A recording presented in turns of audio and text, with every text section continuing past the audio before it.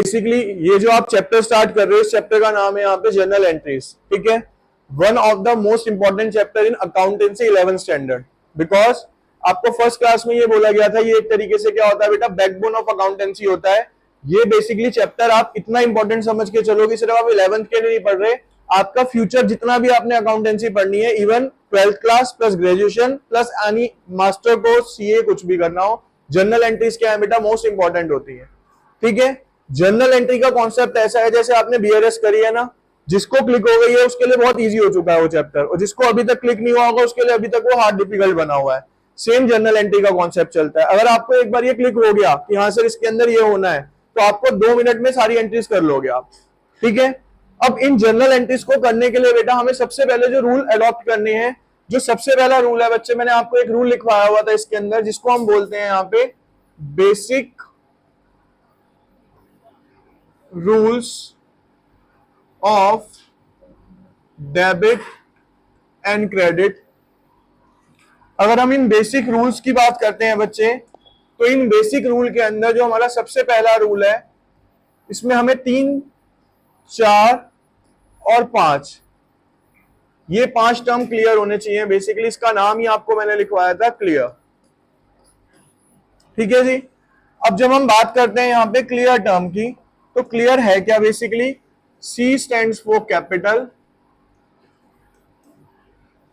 L stands for liability,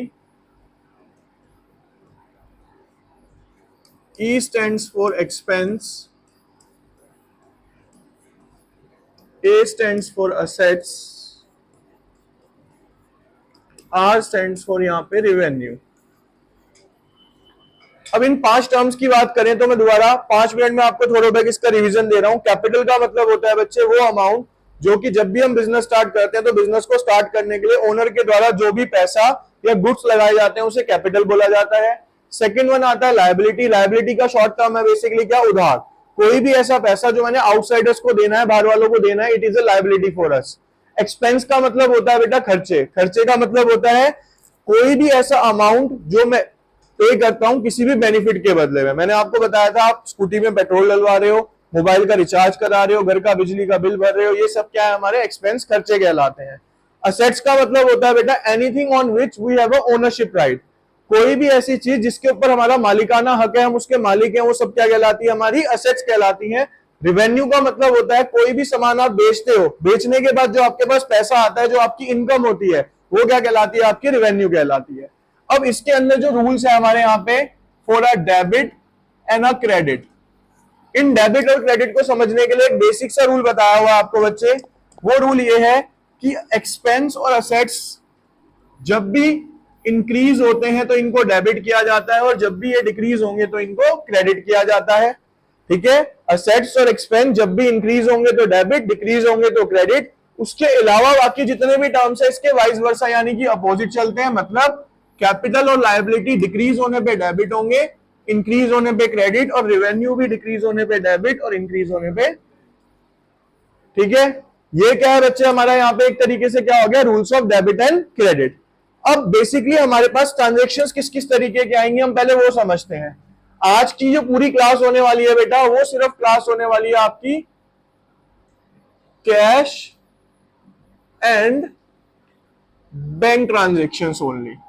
इसके अंदर हम सीखेंगे सिर्फ क्या, कि हमारी कितने तरीके की कैश और बैंक ट्रांजेक्शन्स हो सकती हैं, ठीक है।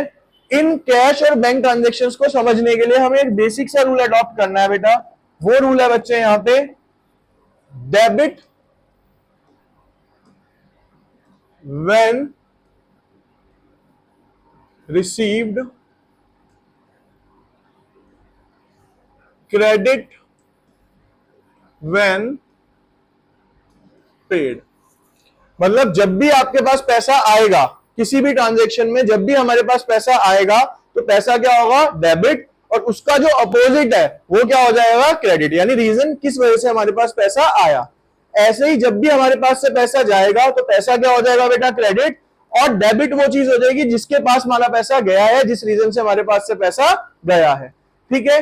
अब हम कुछ ट्रांजेक्शन यहाँ पे डिटेल में समझेंगे, एक एक करके ध्यान से फोकस करेंगे बच्चे। जैसे हमारी बेटा फर्स्ट ट्रांजेक्शन है यहाँ पे कि गुड्स सोल्ड ऑफ ₹5,000। हमने बच्चे यहाँ पे 5,000 रुपए के गुड्स बेचे हैं, तो ऑब्वियस ही बात है जब मैं गुड्स बेचूंगा तो मेरे पास पैसा आएगा। और मैंने आपको फर्स्ट रूल क्या लिखवाया कि जब भी पैसा आएगा तो आपको क्या करना है, उसको डेबिट करना है। हमें क्या करना है बच्चे, उसको डेबिट करना है। तो जब पैसा डेबिट होगा तो इसके अंदर कैश, और अगर चेक से पेमेंट आएगी तो बैंक अकाउंट। ये तो क्या हो गया बच्चे यहाँ पे, डेबिट।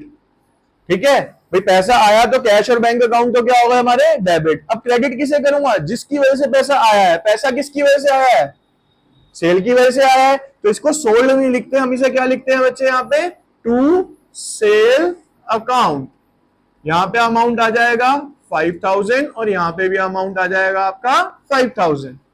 अब जब हम जर्नल एंट्री करते हैं बच्चे, तो जर्नल एंट्री के अंदर हमारा एक प्रिंसिपल एडॉप्ट होता है जो हमने थर्ड चैप्टर में पढ़ा था, जिसका नाम था बच्चे full disclosure principle. Full disclosure principle क्या समझाता है कि जब भी आप अकाउंट्स बुक के अंदर कोई भी एंट्री रिकॉर्ड करोगे तो आपको उसको पूरे तरीके से क्या करना है, डिस्क्राइब करना है कि ये एंट्री हुई क्यों है। तो कभी भी इस टर्म को जो बोलते हैं बेटा, जो मैं यहां लिख रहा हूं ना, इस टर्म को बोला जाता है बेटा नरेशन। ये होती है हमारी क्या, नरेशन का मतलब है, ये टर्म कहां से बना, नरेट। नरेट का मतलब किसी चीज को डिस्क्राइब करना। अब नरेशन क्या होती है, सबसे पहला रूल कि नरेशन जो स्टार्ट होगी वो होगी हमेशा बीइंग से। पहले क्या लिखेंगे हम यहाँ पे, हमेशा बीइंग, और उसके बाद आपने कुछ नहीं करना, जो ऊपर आपको ट्रांजैक्शन क्वेश्चन में गिवन है आप यहां पे लिख दोगे बीइंग गुड्स सोल्ड। अब आपने यहां पे डिस्क्राइब कर दिया एक तरीके से इस एंट्री को कि भाई हमारे पास पैसा कैसे आया, क्योंकि हमने सामान बेचा था। ठीक है, इसके बाद बच्चे दूसरी एंट्री अगर मैं यहां पे लिखता हूं, यहां पे ध्यान से देखिए, अगर हम दूसरी ट्रांजैक्शन की बात करते हैं बच्चे, यहां दूसरी ट्रांजैक्शन मैंने लिखी यहां पे, परचेज गुड्स ऑफ ₹10,000। मैंने बेटा 10,000 रुपए के गुड्स खरीदे हैं, तो ऑब्वियस सी बात है बच्चे, जब हम गुड्स खरीदेंगे तो पैसा आएगा नहीं, अब पैसा जाएगा। और पैसा जाएगा तो ऊपर रूल लिखा है कि पेड जब भी आप करोगे तो क्या होगा, वो क्रेडिट होगा। यानी हमें एक चीज पता चल गई कि सर पैसा तो क्या होगा यहाँ पे, क्रेडिट होगा। तो पैसे को हमने क्रेडिट करना है तो डेबिट किसे करेंगे, जो दूसरी चीज है। दूसरी चीज इस ट्रांजेक्शन में हमने करा क्या है, यहाँ पे परचेज करा है। क्या करा है, परचेज। तो एंट्री बनती है बेटा purchase account debit to, credit क्या होना है, पैसा, टू कैश और बैंक अकाउंट। वो कितने से हो जाएगा, यहां पे 10,000 और यहां पे भी 10,000। अगेन यहां पे हम इसकी नरेशन लिखेंगे, बीइंग गुड्स परचेज्ड। ठीक है जी। अब ये तो आपको सिंपल, आप कहोगे सर ये तो बहुत बच्चों वाली ट्रांजैक्शन हो गई कि इसमें तो परचेज और सेल है, कोई भी पता लगा लेगा, है ना। सबसे बड़ी बात है बेटा, जितनी भी कैश वाली ट्रांजैक्शंस होंगी ना वो बच्चों वाली ही होंगी। रीजन समझो भाई, दो कॉमन एंट्रीज बताई है मैंने आपको, परचेज और सेल्स। अब तीसरी एंट्री समझो कैसे आ सकती है। अब तीसरी एंट्री ऐसे आएगी बेटा, फर्नीचर ऑफ ₹5,000 परचेज्ड। अब मैंने 5,000 का फर्नीचर परचेज किया है, तो अब मैंने गुड्स परचेज नहीं करे, मैंने क्या परचेज किया है, फर्नीचर परचेज किया है। तो ऑब्वियस ही बात है बेटा, जब मैं परचेज करूंगा तो पैसा फिर से जाएगा। भाई परचेज में कुछ भी कर सकता हूं, ठीक है ना, लेकिन हमें ये चीज याद रखनी है कि परचेज के टाइम पे पैसा जाएगा। अब पैसा तो जाएगा तो पैसा तो क्या हो जाएगा बेटा, क्रेडिट हो जाएगा। लेकिन डेबिट क्या होगा, क्या लाए हैं हम अपने पास, फर्नीचर लाए हैं, तो फर्नीचर क्या हो जाएगा, यहाँ पे डेबिट हो जाएगा। तो जब मैं जर्नल एंट्री पास आउट करूंगा यहाँ पे, तो मैं यहां पे लिखूंगा furniture account debited to cash और बैंक अकाउंट। वो अमाउंट आ जाता है बेटा यहाँ पे ₹5,000। और एक चीज बेटा यहां पे क्लियर कर दूं, आप ये मत सोचना कि हर एक एंट्री में कैश और बैंक आएगा, मैंने सिर्फ आपको समझाने के लिए करा। अगर कैश ट्रांजेक्शन होगी तो सिर्फ कैश आएगा, चेक के थ्रू ट्रांजेक्शन होगी तो वहां पे बैंक आएगा। ठीक है, इसकी नरेशन भी सिंपल बन जाएगी बेटा, बीइंग फर्नीचर परचेज्ड। चलिए, अब आप कहोगे सर ये एंट्री भी हो गई, अब नई एंट्री और क्या हो सकती है भाई इसके अंदर, अगर हम सिर्फ पैसे आने जाने की बात करें। अब अगर यहाँ पे फर्नीचर परचेज है, मैं यहाँ पे लिखता हूं बेटा एक एंट्री और, चौथी एंट्री रेंट पेड ऑफ ₹1000। मैंने बच्चे 1000 रुपए का रेंट पे किया, तो ऑब्वियसली बात है पे किया है तो रेंट पैसा जाएगा, पैसा जाएगा तो पैसा क्रेडिट। अब डेबिट क्या होगा जी, रेंट। क्यों, क्योंकि हम पे क्या कर रहे हैं यहाँ पे, रेंट। तो आप यहाँ पे लिखेंगे क्या, rent account debited to cash और बैंक अकाउंट, ₹1000, ₹1000, और यहां पे ट्रांजेक्शन हो गई बीइंग रेंट पेड। अब बच्चे पहली बात, ये जो मैंने ट्रांजेक्शन्स करी हैं अभी फॉर्मेट में नहीं करी हैं, फॉर्मेट में सबसे आखिर में आपको समझा दूंगा, क्योंकि वो हमें अभी स्टार्टिंग से अप्लाई करके नहीं चलना, वो आप एग्जाम में करेंगे, टेस्ट में करेंगे तो आप फॉर्मेट में करेंगे सारी एंट्रीज, और वो ऑलरेडी फॉर्मेट हम पहले क्लासेस में कर भी चुके हैं। ठीक है, दूसरी चीज अब आपको मैं बताऊं बेटा, जितनी भी कैश और बैंक की ट्रांजेक्शन होंगी सारी इसी तरीके की होंगी।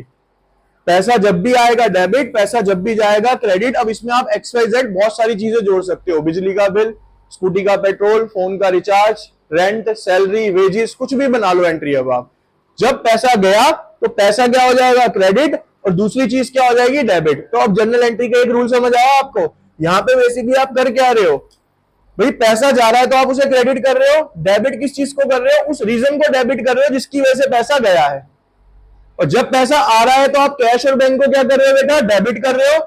अब क्रेडिट किसको कर रहे हो, उस रीजन को कर रहे हो जिसकी वजह से पैसा आपके पास आया है। मैं अभी बिल्कुल भी आपकी कोई बुक के रूल्स फॉलो नहीं कर रहा, मैं आपको एक प्रैक्टिकल चीजें बता रहा हूं जो एक्चुअल में बहुत इजी कर देंगे आपको। बुक के चक्कर में पढ़ोगे तो बहुत कंफ्यूजन है फिर उसमें। ठीक है, तो ये सबसे सिंपलेस्ट वे है किसको करने की बेटा, आपको डेबिट और क्रेडिट किसकी, कैश और बैंक की ट्रांजेक्शन को। ठीक है, अब बेटा नेक्स्ट टॉपिक ये है कि हमें किस तरीके से पहचान होगी कि हमारी कौन सी एंट्री कैश की है और कौन सी एंट्री हमारी क्रेडिट की है।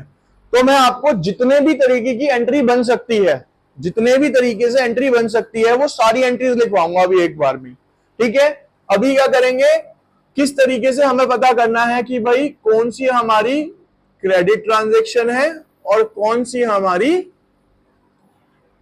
कैश ट्रांजेक्शन है, इसको हम समझेंगे अभी इस टॉपिक के अंदर। देखिए, अब जैसे कि बच्चे हमारी मान लीजिए फर्स्ट ट्रांजेक्शन है, मैं सारी की सारी ट्रांजेक्शन ले रहा हूं बेटा अभी परचेज वाली, सिर्फ कौन सी ले रहा हूं, परचेज। पहली एंट्री है बच्चे, यहां पे लिखा हुआ है परचेज गुड्स ऑफ ₹1000। अब इस एंट्री के अंदर कंफ्यूजन क्या होती है, सर यहाँ पे अमाउंट लिखा है, मेंशन नहीं है जी ये कैश में लिया है, बैंक से लिया है, उधार में लिया है, कैसे लिया है। सिंपल सा ट्रिक है, जब आपको एंट्री दी हुई है और अमाउंट दिया हुआ है लेकिन किसी भी पार्टी का नाम गिवन नहीं है, तो ये वाली एंट्री आपकी मानी जाएगी कि आपने किसमें करी है, कैश में करी है। किसमें करी है बच्चे, ये कैश में करी है। तो अगर आपने बेटा ये एंट्री कैश में करी है तो आपके पास से पैसा क्या हुआ होगा, गया होगा, क्योंकि गुड्स क्या कर रहे हो बच्चे, आप परचेज कर रहे हो। तो एंट्री बनती है बच्चे यहाँ पे purchase account debit to cash account 1000। तो मैं यहां मेंशन भी कर देता हूं कि ये ट्रांजेक्शन है हमारी कौन सी, कैश की ट्रांजेक्शन है। अब आते हैं बेटा इसके बाद हम अपनी सेकंड ट्रांजेक्शन पे। उस सेकंड ट्रांजेक्शन में यहां पे लिखा हुआ है, सेम एंट्री लूंगा मैं, देखो परचेज गुड्स ऑफ ₹1000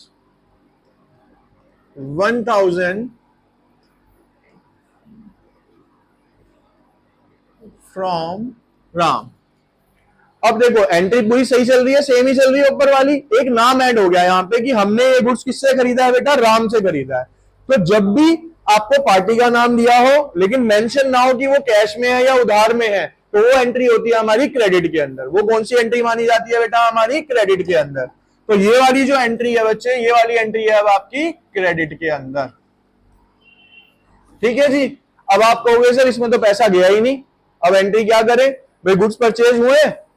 ठीक है जी, तो परचेज अकाउंट हमेशा क्या होता है बेटा हमारा यहाँ पे, डेबिट। परचेज अकाउंट किससे परचेज करे हैं बेटा मैंने, राम से, तो टू राम। भाई हमें एंट्री में लिखना क्या होता है, उसका रीजन ही लिखना होता है ना। अब यहाँ पे लॉजिक भी बताऊंगा ये हुआ क्या। यहाँ पे अमाउंट आ गया बेटा आपका 1000 और यहाँ पे भी अमाउंट आ गया आपका। पहली बात, यहाँ पे नाम लिखा है राम। मैं पहले भी आपको मेंशन कर चुका हूं, किसी भी नेचुरल पर्सन के नाम के आगे अकाउंट वर्ड यूज मत करना, हाफ मार्क्स कट जाएंगे आपके। ठीक है। अब ये बनी कैसे एंट्री, अब यहां समझेंगे बेटा। अगर मैं इसको चलता हूं रूल्स के बेस पे, जो हमने क्लियर वाले रूल समझे, हमारे पास इस एंट्री में दो चीजें आई, एक आया परचेज और एक आया हमारे पास राम, है ना। अब परचेज क्या है बेटा, यहाँ पे परचेज है हमारा खर्चा। परचेज का नेचर क्या बताया हुआ आप सबको मैंने, एक्सपेंस होते हैं, क्योंकि जब भी सामान खरीदोगे पैसा जाना है तो खर्चा है हमारा। क्योंकि मैंने राम से उधार में खरीदा है, राम से मैंने उधार में खरीदा है, तो इस कंडीशन के अंदर बच्चे राम बन जाते हैं हमारे क्रेडिटर। क्या बन गए हमारे ये, और क्रेडिटर का नेचर होता है बेटा यहाँ पे लायबिलिटी। ठीक है जी। अब एक्सपेंस भी बढ़ रहे हैं और लायबिलिटी भी बढ़ रही है। हमें पता है रूल क्या, कि एक्सपेंस बढ़ने पे क्या होते हैं, डेबिट, और लायबिलिटी बढ़ने पे क्या होती है, क्रेडिट। तो बन गई एंट्री अपने आप, purchase account debit to Ram.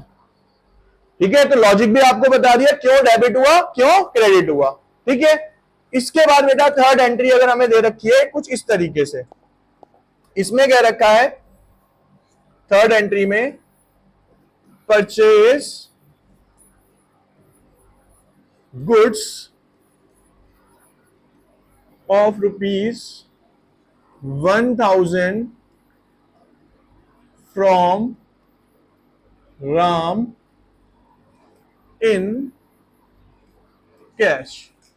अब एंट्री बढ़ गई ना ये, अब भी मैंने गुड्स किससे खरीदे हैं, राम से ही खरीदे हैं, लेकिन अब मैंने वो कैश में खरीदे हैं, उधार में नहीं खरीदे हैं। उसमें मेंशन है ये चीज, तो जब कैश में खरीदे हैं तो पैसा क्या होगा, जाएगा। अब ये आपकी बेटा क्या हो गई, सिंपल एंट्री हो गई, क्या कि पैसा मेरे पास से जाएगा। तो purchase account debited to cash account 1000, और यहां पे भी क्या आ गया बेटा 1000। अब इसमें एक एंट्री और बनती है, वो कैसे बनती है, आपको बेटा फोर्थ एंट्री में ये कह रखा है कि purchase goods of rupees 1000 on credit. अब आपको यह पार्टी का नाम ही नहीं गिवन है, लेकिन ये गिवन है कि भाई उधार में खरीदा है। तो अब आपके दिमाग में कंफ्यूजन क्या राइज होती है इस वाली एंट्री में कि सर क्रेडिट किसको करेंगे, परचेज तो डेबिट हो जाएगा, क्रेडिट किसको करेंगे। दो बंदे क्रेडिट हो सकते हैं, एक तो सप्लायर, सप्लायर कौन होता है, जो हमें गुड्स देता है, या फिर आप सीधा सीधा यहां पे आपको कुछ दिमाग में नहीं आ रहा, आप लिख दो क्रेडिटर। सिंपल सा लॉजिक है। ठीक है, तो हम एंट्री कैसे कर सकते हैं बच्चे यहां पे, ये कि purchase account debited to supplier और क्रेडिटर अकाउंट 1000, और ये भी हो गई बच्चे यहां पे 1000। तो बेटा इसके अलावा कोई ऑप्शन है ही नहीं हमें एंट्री की पहचान करने का। दोबारा रिपीट कर देता हूं, पहले में आपको लिखा हुआ मिलेगा कुछ भी नहीं। तो जब पार्टी का नाम गिवन नहीं है, सिंपल एंट्री है, तो वो कैश की है। जब आपको पार्टी का नाम गिवन है लेकिन ये मेंशन नहीं है कि वो कैश है या क्रेडिट है, लेकिन पार्टी का नाम गिवन है, तो वो क्रेडिट की है। तीसरा केस हमारा ये है कि हमें पार्टी का नाम गिवन है और उसमें मेंशन भी है कि वो कैश में करी है, और चौथा केस ये है कि हमें पार्टी का नाम ही नहीं गिवन, लेकिन ये लिखा है कि वो क्रेडिट के अंदर है। एक केस अगर मैं और बनाना चाहूं तो क्या बन सकता है कि purchase goods of ₹1000 from Ram on credit, on, तो उसमें बता भी दिया उसने कि मैंने राम से खरीदे हैं और मैंने उसे उधार में खरीदा है, तो ये सेम एंट्री हो जाएगी, purchase account debit to Ram. ठीक है, लेकिन इसके बाहर आपकी कैश और क्रेडिट को पहचानने की कोई भी एंट्री नहीं है, किसी भी तरीके से हो। ठीक है बच्चे, अभी हम जो करने जा रहे हैं, हम करने जा रहे हैं, यहाँ पे स्क्रीन पे आपके आ रही होगी इलस्ट्रेशन नंबर 2। मैं एक एक ट्रांजेक्शन आपको अभी यहाँ पे कराऊंगा, यहाँ पे ध्यान से सिर्फ आपने सुनना है, अभी और कुछ नहीं करना। मैं डेट्स नहीं लूंगा, कोई फॉर्मेट नहीं लूंगा, सिर्फ और सिर्फ मैं करूंगा बच्चे अभी आपकी क्या ट्रांजेक्शन्स करके दिखाऊंगा आपको, और ध्यान से रीजन के साथ बता रहा हूं, ध्यान से सुनेंगे बच्चे सब आप। जैसे कि बेटा हमारी फर्स्ट ट्रांजेक्शन है यहाँ पे, Ramesh started business with cash 1 lakh rupees. Ramesh ने बिजनेस स्टार्ट किया 1 लाख रुपए से। तो अब हमें ये सोचना है कि जब रमेश ने बिजनेस स्टार्ट किया तो हमें एंट्री किसके हिसाब से करनी होती है, बिजनेस के हिसाब से। तो हमें ये सोचना है कि बिजनेस में पैसा आया या गया, बिजनेस में पैसा आया। अभी बता के चुका हूं, जब भी पैसा आएगा, जब भी पैसा, तो कैश अकाउंट क्या होगा, डेबिट होगा। तो आप फर्स्ट ट्रांजेक्शन यहां पे देखेंगे बच्चे, कैश अकाउंट डेबिट। अब मैंने आपको बताया था कि अगर बुक से हटके हम सोचें तो हमें यहाँ पे इसका रीजन देना है कि भाई पैसा आया कहां से। तो हमें पता है कि जब बिजनेस स्टार्ट करते हैं और उसमें पैसा लगाते हैं तो उसको बोला जाता है कैपिटल। तो पैसा आया कहां से बेटा, कैपिटल के रूप में आया। अमाउंट है बच्चे यहाँ पे 1 लाख रुपीज, तो आप यहाँ पे अमाउंट लिख देंगे 1 लाख रुपए। उसके बाद बच्चे हमारी सेकेंड ट्रांजेक्शन आ जाती है यहाँ पे। सेकेंड ट्रांजेक्शन में लिखा है पेड इनटू बैंक। मैंने पैसा कहां जमा कराया, बैंक में। तो बेटा जब बैंक में पैसा गया तो बैंक क्या हो गया, बढ़ गया। बैंक भी मेरी एसेट्स है, बैंक बढ़ गया तो bank account debit, bank account 2, पैसा गया है ना इसमें, तो 2 कैश अकाउंट। अमाउंट कितना है बच्चे यहाँ पे, अब आपको बेटा अगर डेबिट और क्रेडिट में से एक भी चीज समझ आ गई ना तो दूसरी अपने आप लिख लोगे आप। एक चीज पे कंसंट्रेट करो पहले आप, सारा कुछ मर्ज मत करना दिमाग में, ठीक है। अगली ट्रांजेक्शन है bought goods for cash. Bought का मतलब होता है बच्चे यहाँ पे परचेज करना। मैंने गुड्स परचेज करे हैं कैश में, तो यहाँ पे जो आपकी थर्ड ट्रांजेक्शन बनती है, purchase account debit to cash account and amount is 5000। उसके बाद बच्चे हमारी फोर्थ ट्रांजेक्शन है, कहता है due cash from bank for office. मैंने बैंक से पैसे निकाले, हम ये कॉन्ट्रा एंट्री पहले भी कर चुके हैं कैश बुक में, जो कि सबकी गलत थी वो अलग बात है, ठीक है। हमने बैंक से पैसे निकाले, तो जब हमने पैसे निकाले तो कैश आया, कैश क्या हुआ बच्चे हमारे पास आया। तो जब पैसा आएगा, अभी बता के चुका हूं क्या होता है बच्चे, वो डेबिट होता है। तो कैश अकाउंट डेबिट। अब भाई ये पैसा आया कहां से है, ये पैसा आया है मेरे पास बैंक से, तो cash account debit to bank account. और ये कितना अमाउंट आ गया बच्चे यहाँ पे 1000, ठीक है जी। चलिए अब अगली ट्रांजेक्शन क्या है, sold goods to Krishna. Sold goods to Krishna, Krishna को मैंने गुड्स बेचे हैं। जब मैंने बच्चे कृष्णा को गुड्स बेचे हैं, यहाँ पे sold goods to Krishna, Krishna को बेचे हैं, तो इसका मतलब पार्टी का नाम गिवन है, तो ये एंट्री किसकी हो गई, क्रेडिट की। यानी मैंने कृष्णा को गुड्स बेचे हैं, कैसे बेचे हैं, उधार में बेचे हैं। अब जब उधार की एंट्री सोची है ना, तो हमें ये सोचना है बेटा मैंने उसे उधार में बेचे है ना, तो मैंने उससे पैसे, तो जिससे मैंने पैसे लेने हैं वो मेरा क्या होता है, डेटर होता है। डेटर क्या होती है, असेट्स, और असेट्स जब भी बढ़ेगी तो क्या होगी बच्चे, डेबिट होगी। तो सिंपल यहां पे बेटा Krishna debit to sales account, ये आ गया बेटा आपका 1500। नेक्स्ट ट्रांजेक्शन है बेटा बॉट गुड्स फ्रॉम श्याम 2250 रुपए। शाम से मैंने गुड्स खरीदे हैं, तो नाम दे दिया। अगेन कैसी एंट्री हो गई बेटा, ये क्रेडिट वाली हो गई। अब मैंने खरीदे हैं तो आप यहां पे लिखेंगे 6th purchase account debit to Shyam 2250। 7 transaction. Received from Krishna 1500। Received का मतलब होता है हमने क्या रिसीव किया होगा, कैश। मैंने पैसे रिसीव करे तो मेरे पास पैसा क्या हुआ, आया। तो आप बेटा यहां पे लिखेंगे cash account debit to Krishna 1500। Paid Shyam cash. Paid Shyam cash का मतलब मैंने पैसा किसको दिया है, शाम को दिया है। तो मेरे पास से तो पैसा गया, तो मेरे पास से पैसा जाएगा तो क्या होगा बेटा, क्रेडिट। और शाम क्या हो गया बच्चे यहाँ पे, डेबिट। तो आप एंट्री लिखोगे शाम डेबिट टू कैश अकाउंट। वो आ जाती है बेटा हमारी कितनी, 2100।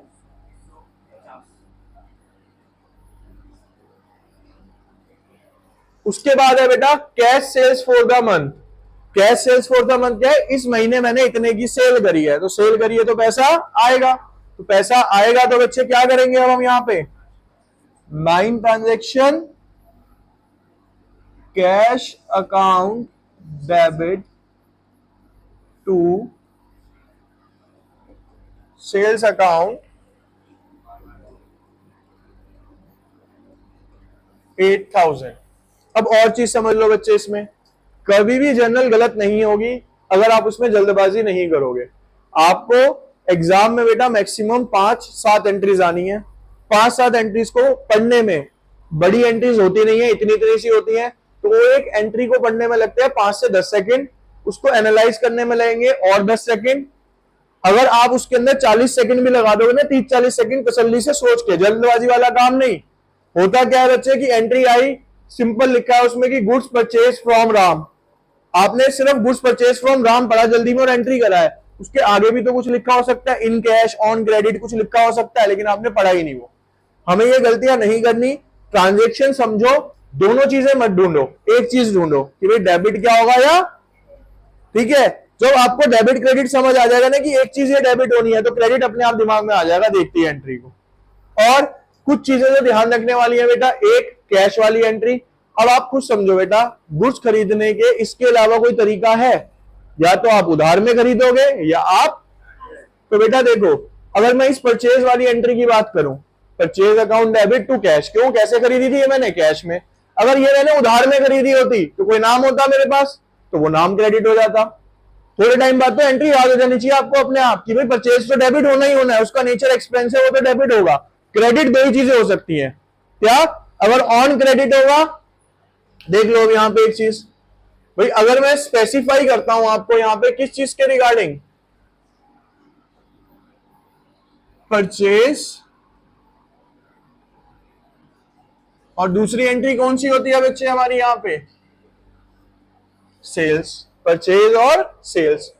अब आप परचेज और सेल्स की जब आप बात करोगे बच्चे, तो परचेज और सेल्स को करने के हमारे पास दो ही ऑप्शन हैं, या तो कैश या फिर ऑन क्रेडिट। ऐसे ही सेल को करने के हमारे पास क्या है, दो ही ऑप्शन है, या तो कैश या फिर, ठीक है जी। अब जब मैं कैश में परचेज करूंगा तो पैसा जाएगा, तो मेरी एंट्री यहां पे हो जाएगी क्या, परचेज टू कैश। और जब मैं उधार में करूंगा तो क्या होगा, किसी पार्टी का नाम आ जाएगा, तो आप यहां पे एंट्री क्या कर दोगे, परचेज टू पार्टी नेम। अब जब सेल्स की बात करूंगा तो पैसा आएगा, तो बेटा cash account debit to sales. और क्रेडिट में अगर करूंगा तो बेटा क्रेडिट में कैश की जगह क्या आ जाएगा, उस पार्टी का नाम आ जाएगा जिससे वो मैंने बेचा है। तो यहां पे भी क्या हो गया, party name to sales account, ठीक है। इनके अलावा बेटा कोई ऑप्शन, ठीक है, एक ऑप्शन और होता है अगर दिमाग लगाओगे कि हमने गुड्स खरीदे बैंक से लोन लेके, समझ रहे हो ना, लेकिन वो भी उधार में ही करा है, लेकिन वो भी एक्सट्रीम केस पे हम पढ़ेंगे आगे जाके। लेकिन अभी यहां तक आपको समझना है, आज की क्लास के अंदर जो हमें समझना है वो क्या समझना है, दो चीजों पे आप फोकस करोगे। पहली चीज ये है बच्चे कि ट्रांजेक्शन कैसी होनी चाहिए हमारी, कैश, या पहले कैश वाली ट्रांजेक्शन समझोगे कि हमें कैसे करनी है, यानी पैसा आया तो डेबिट, पैसा गया तो, पहला स्टेप है। दूसरा स्टेप बच्चे ये है कि हमें फिर पहचान करनी सीखनी है कि कौन सी हमारी कैश ट्रांजेक्शन है और कौन सी हमारी क्रेडिट ट्रांजेक्शन। आज का सिर्फ यही काम है आपका, ठीक है।